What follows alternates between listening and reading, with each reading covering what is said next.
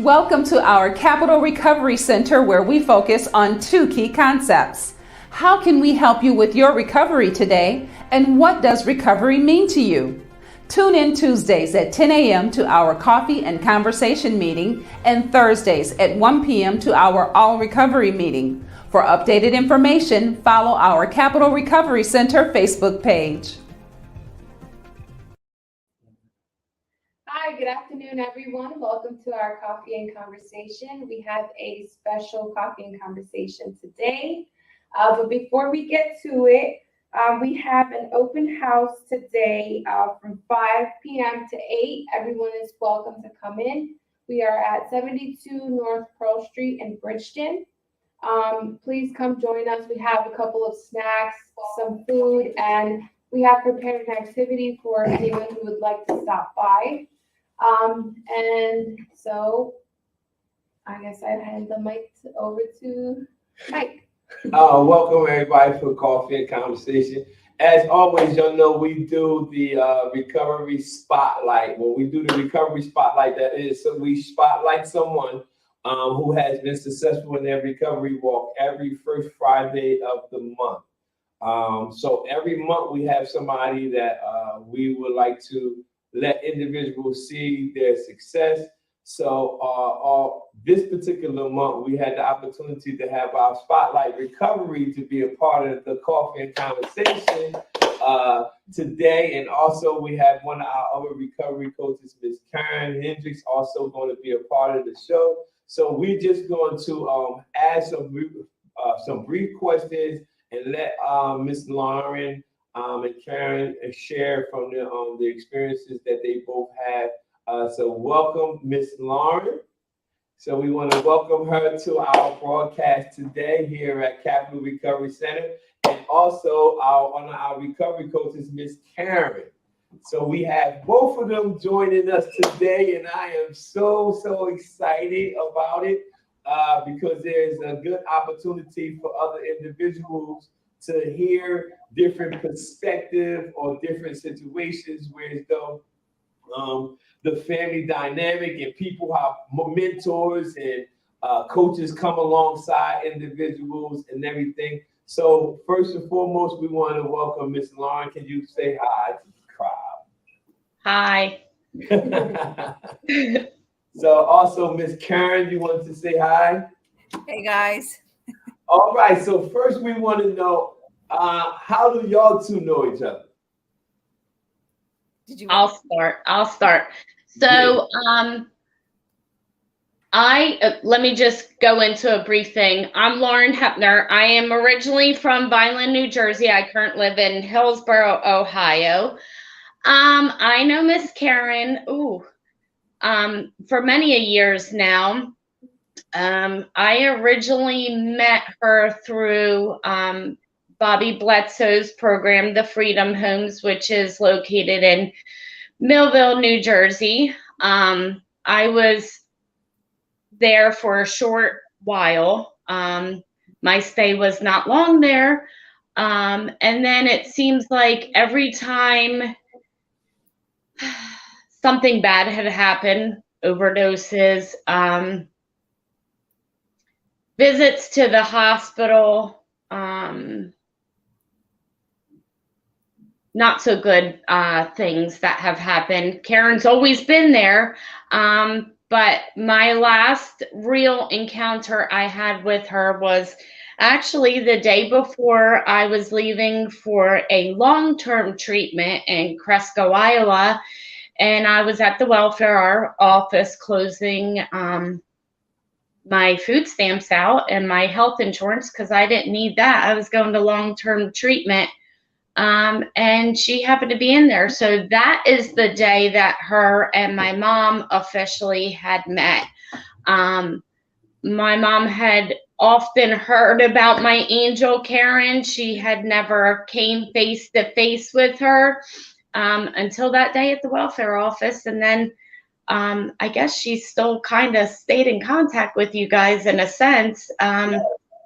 Even though I have had a significant amount of time.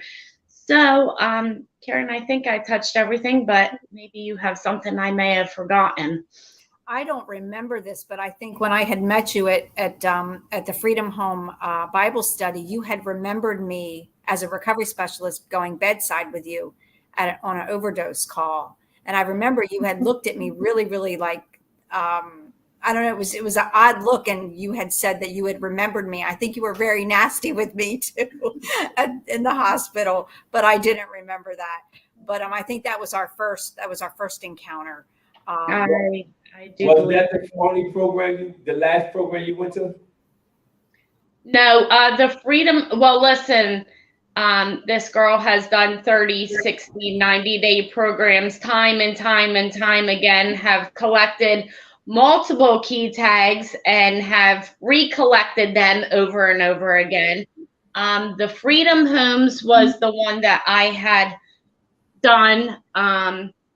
I think, honestly, now looking back, it was God's way of preparing me for this long-term treatment that I was getting ready to do with Mission Teens. Nice. And as far what I mean by that is the devotions, the going to church, the finding out who God was, and that he really did love me despite of everything I had done, or the good and the bad, you know, the way I was and the wickedness I had inside of me and the hatred I had for everybody else. But it came to me a little bit in the Freedom Homes, but more so in Mission Teens, that God really did love me or does love me and never left my side despite 22 years of addiction. I left him. I walked away from him. So yeah, Karen, actually was in the house in Millville. No, I'm wrong. It was Minatola. We were doing a Bible study, and I saw you, and I was like, oh, that's that woman that tried saving my life. But I came to realize that God sends people into your life for a reason. Maybe just for a reason in a season. It may be numerous times. We had to have a couple encounters for us to finally be where we are today. And that's me 3.5 years sober and us doing this connection together to try to reach out to people who are still struggling within the community still. So now we're on the other end of it. What do you think was the catalyst for changing your life? What you think? Like, I know you went through different programs and everything, but in my own personal life, I have literally the same thing you said, 22 years of struggling with addiction. But one of the catalysts was for me to actually go through the process of the change. I remember standing on the corner one day, and my wife usually go look for me when I was out there getting high to try to help me. She'll be riding around looking for me. And I seen her at a red light, and she looked at me, looked this way, looked at me again, and pulled off. I thought that was a catalyst, but she didn't recognize me. That's how much my features changed. She was looking for me, but she didn't know that that was me. And that was the catalyst for me to say, oh, that's it. I got it. What you think was your catalyst to say, this is it, I got to do something? Well, I had multiple things happen to me with just in a week to 2 week span.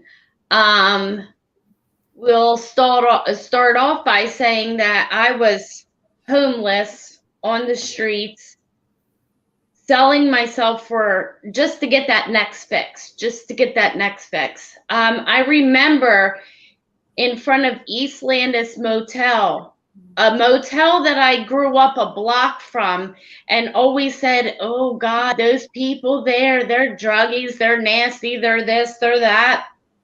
I wound up being one of them. But I was digging out of a trash can right up in that corner area.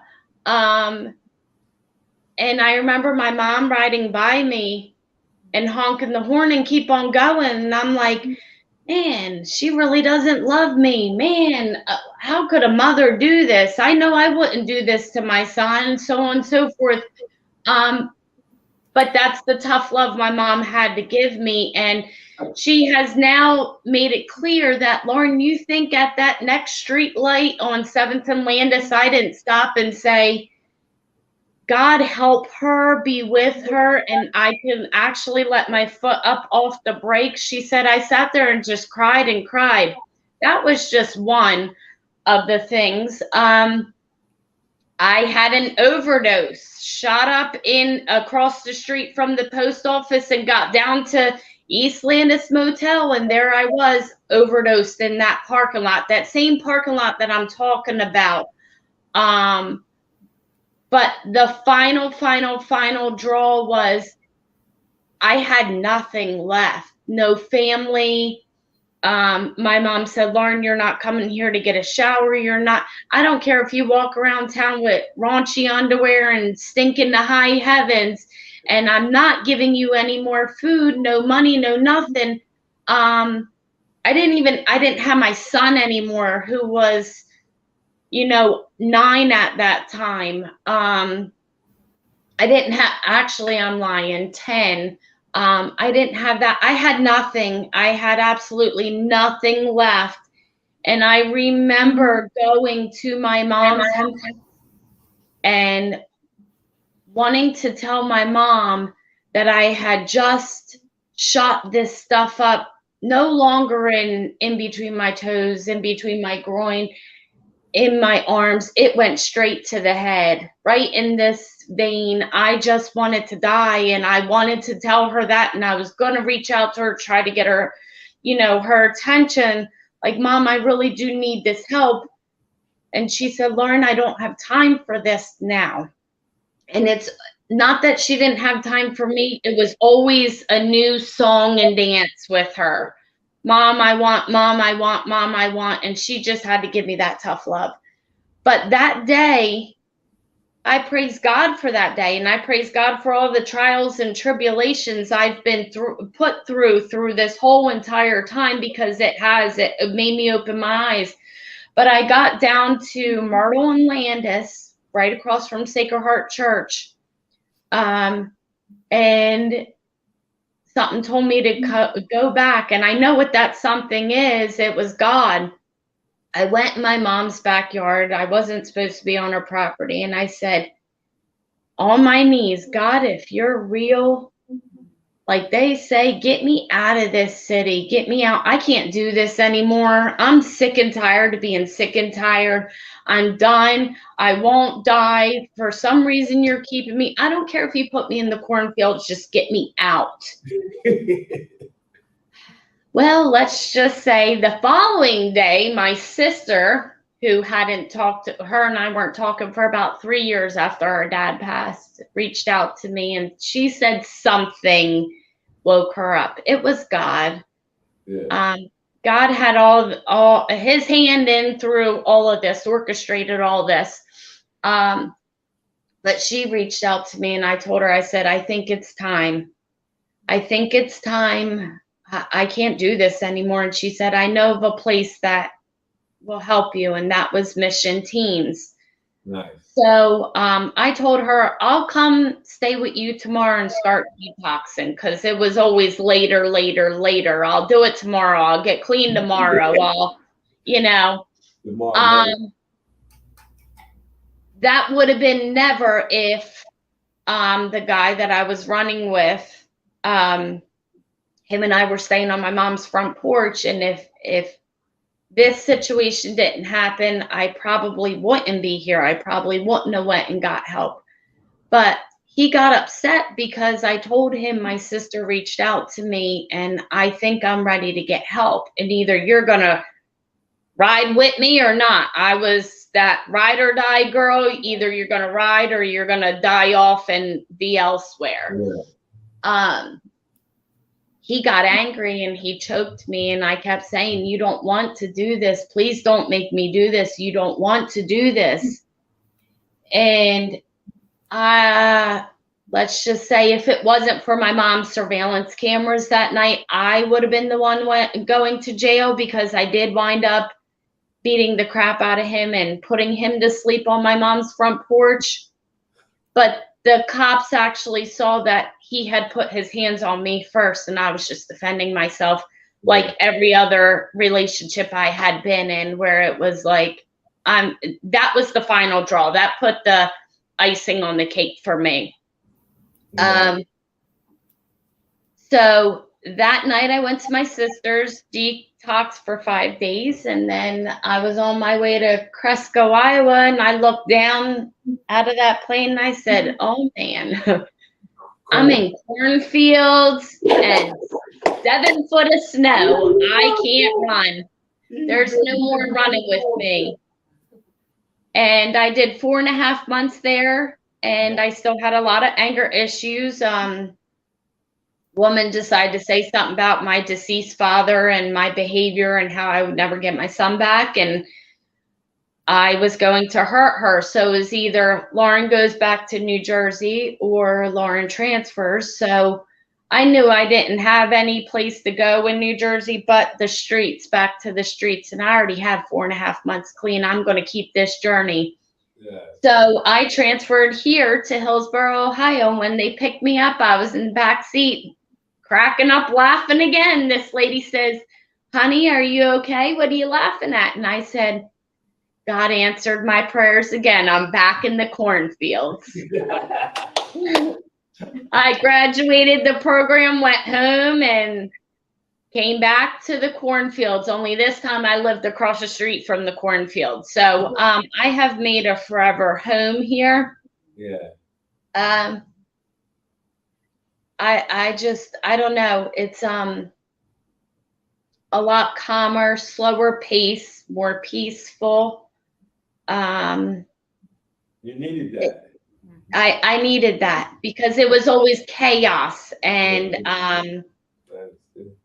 I was just wild completely. So I needed. How's your relationship with your kids now?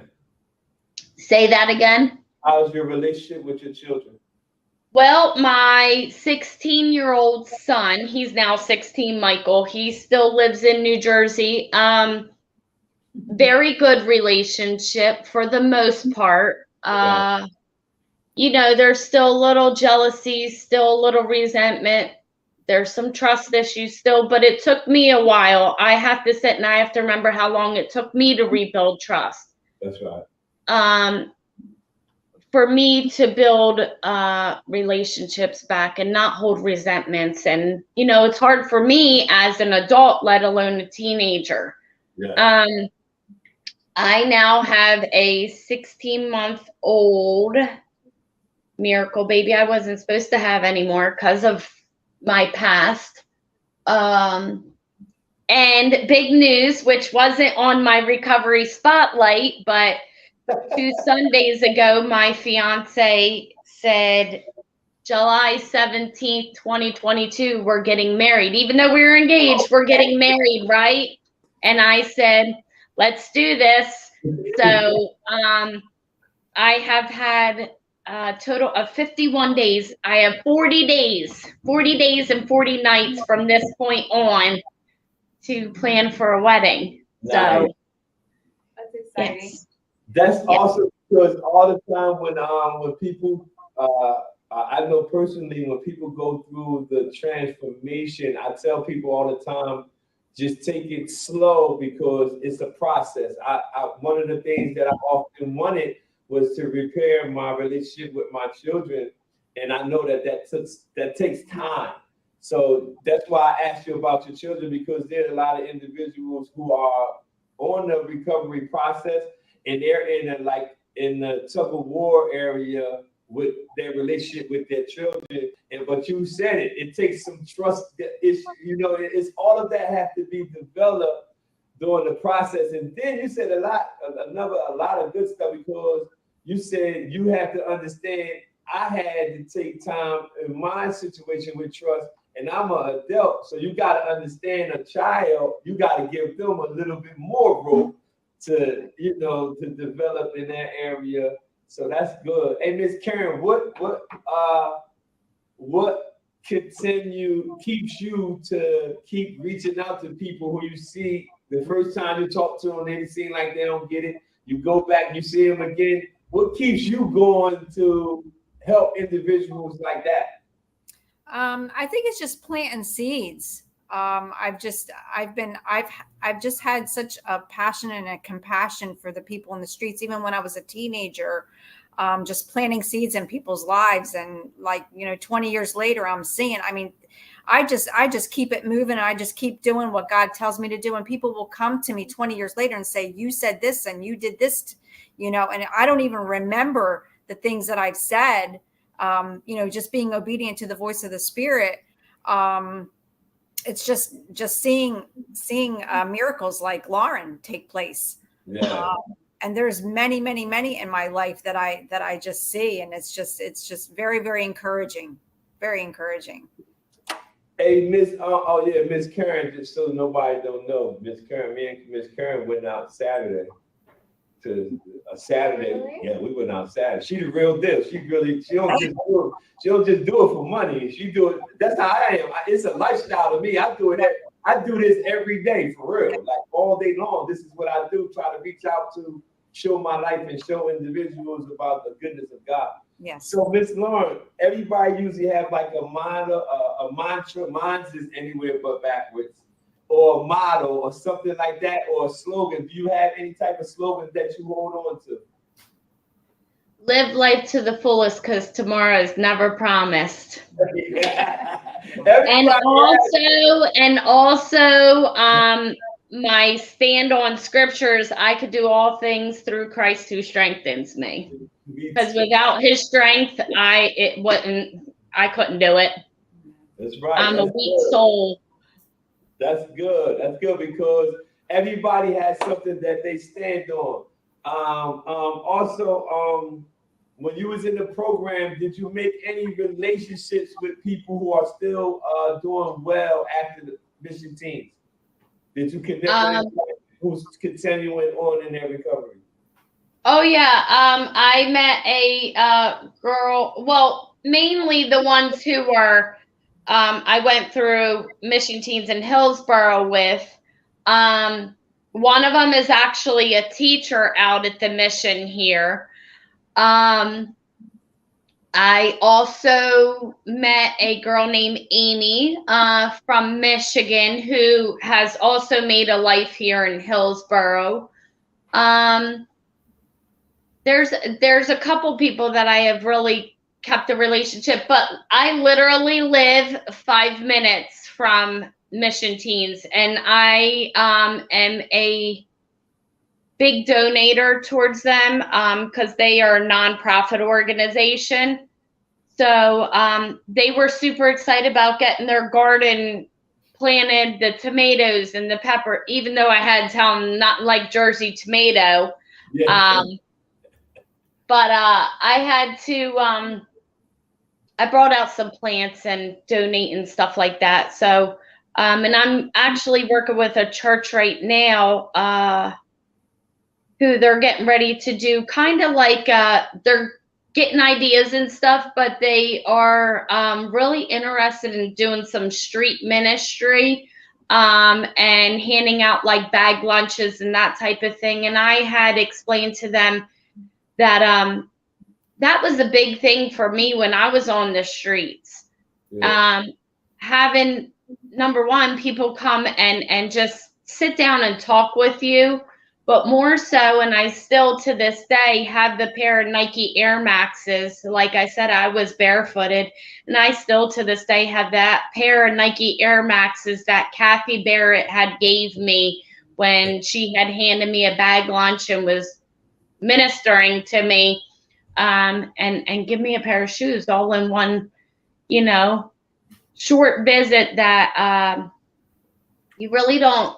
I mean, they knew what they were doing. They're just following God's voice, like Karen had said. But you just don't know how much it means to somebody that's struggling at that very given time. Even a bag lunch. I'm surprised I didn't catch more theft charges for stealing a bag of goldfish at Wawa, or, you know, stuff like that, just to fill my stomach.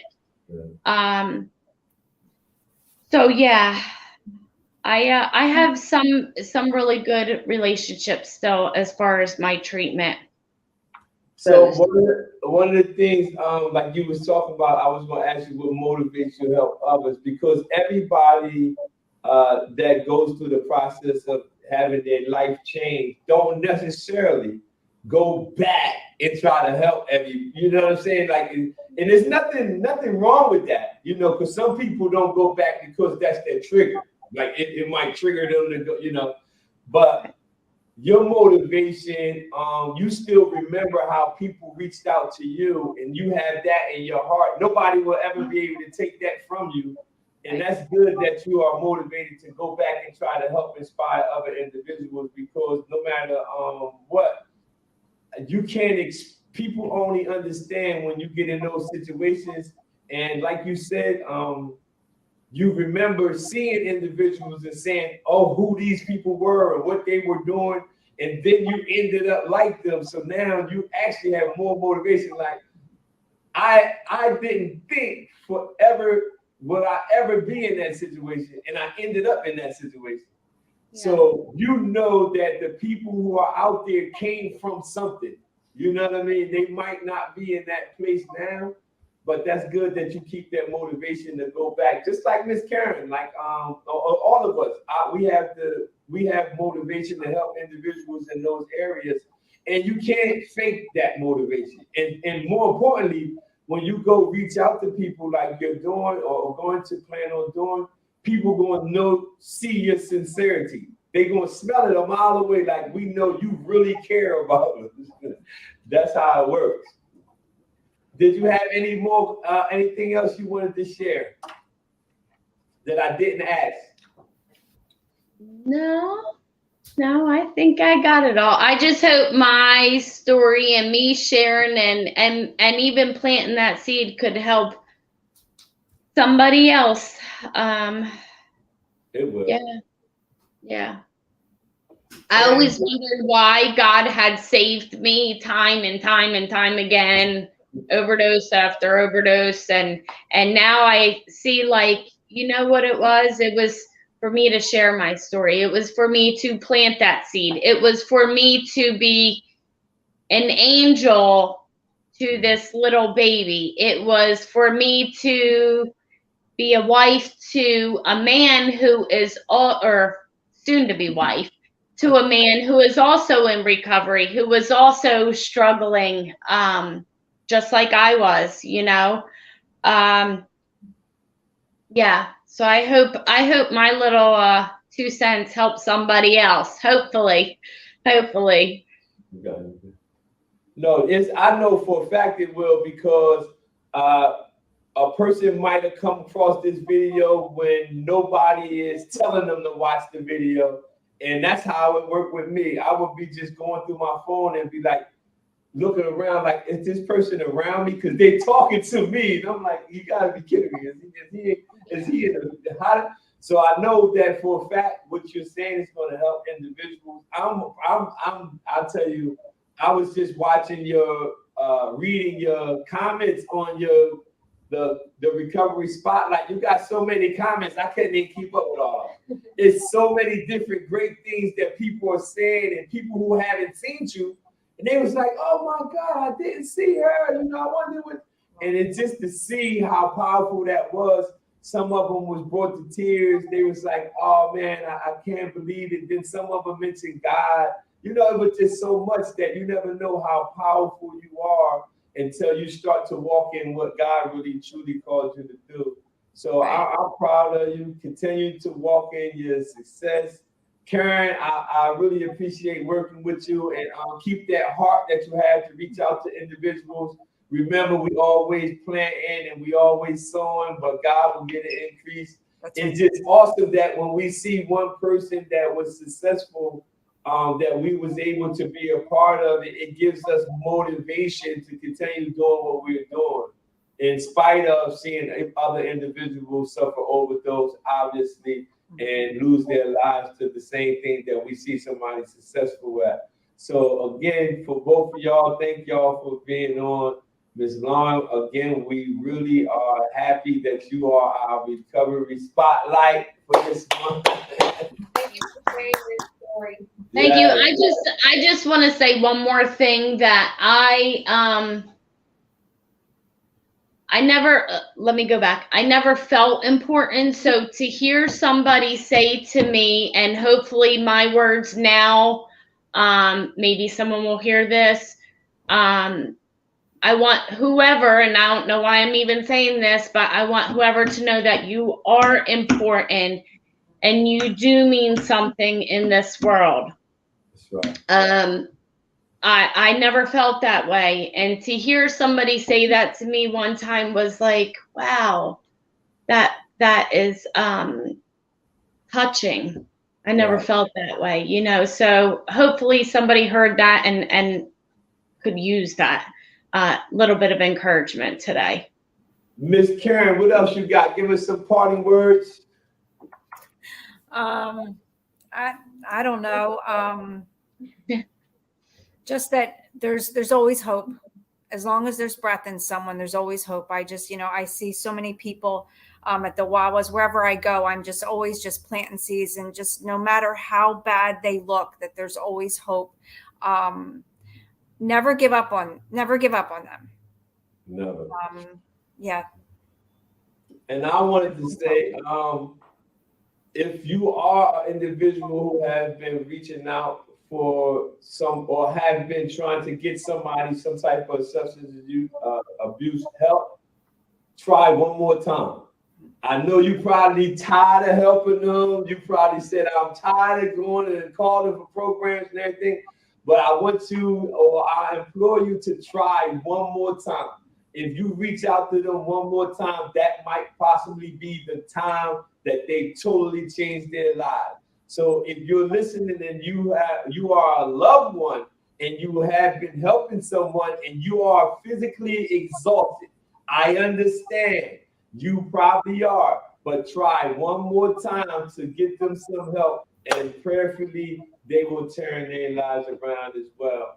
Again, thank all of y'all for tuning into the Coffee and Conversation. Thank you, Ms. Karen. Thank you, Ms. Lauren. And Thank you for having me. Guys soon.